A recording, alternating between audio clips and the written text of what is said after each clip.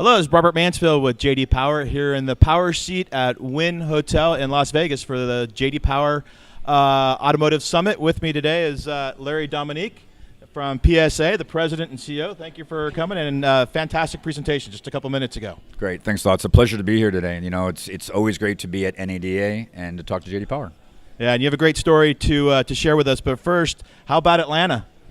You know, Atlanta, a lot of people have asked me about that. So why did you guys choose Atlanta for your headquarters? And the reality is, you know, we actually did a nationwide search. We ended up with 4 finalists.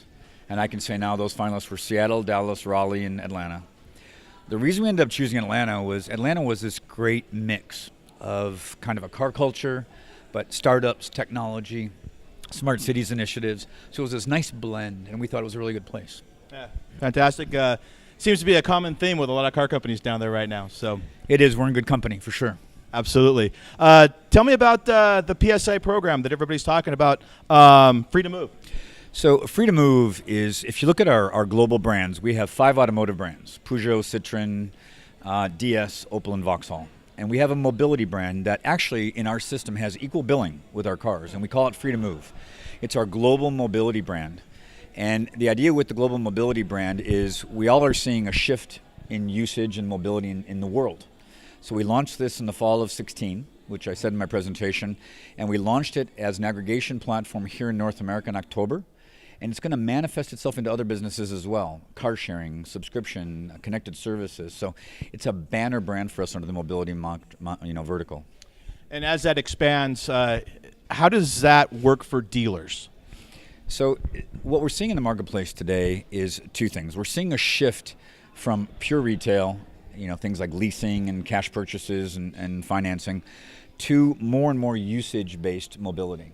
So in the future, we're already seeing many of the OEMs come out with some type of subscription model, which is more use-based. And when you look at millennials and you look at the Gen Zs, which follow the millennials, their life is about usage. Their phone, their Hulu accounts, you know, their Facebook accounts. So it's about usage. And especially with the levels of urbanization that's going on in some of the major cities, what we're seeing, for example, is I just saw some statistics from 20 to 24-year-olds. 20 years ago, 93% had driver's licenses. Today, it's 77%. So you're already seeing that big shift. Right. And this program has been in other markets. Has it been profitable in other markets? It has. So basically, when you look at mobility as a whole, when I mentioned those different modalities, so aggregation, connected services, multi-branded leasing, a lot of those verticals for us are profitable in Europe so far. Aggregation is probably a bigger challenge for most companies. If you think about Orbitz, Expedia in the travel industry, right, you have to build a momentum. You have to build the right number of providers. So Expedia wouldn't be good if there was only Delta Airlines on it.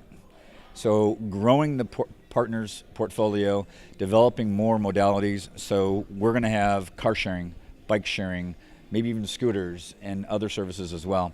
So once we get that on the aggregation side, we're very confident we'll be profitable here in North America.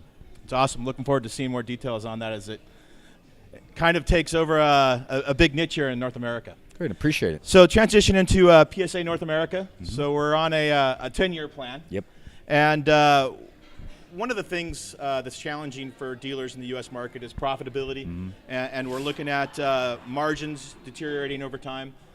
How is PSA going to address that issue with dealers as we look to launch in the U.S.? Yeah, it's a great question, and there's still a lot of planning going on in that discussion. And the reason I say that is, the reason we chose this as a 10-year plan is the technology is moving so fast. Customer expectations are moving so fast.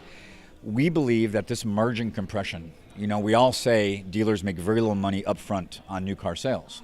It's in the service bay, it's in the used car, it's in the F&I.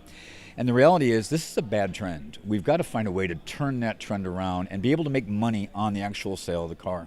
How do you do that?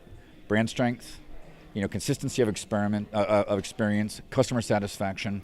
So what we're looking for in our systems is what types of innovation or innovative solutions can we develop in the construct of the North American market that would allow us to provide a better customer experience, a more branded experience, and focus on selling the car at the right margin for everybody involved. So it's still in the planning stages. Yeah. We've got a lot of new ideas we're working on, and over the coming months and year, we'll be talking a lot more about it. I don't think I'm alone in saying that we're all really excited to see this approach, and really excited to see PSA come to the market in the U.S. and look forward to seeing more details from you here in the very near future. Great, thank you. It's a pleasure to be here. Larry, thank you very much. Thanks.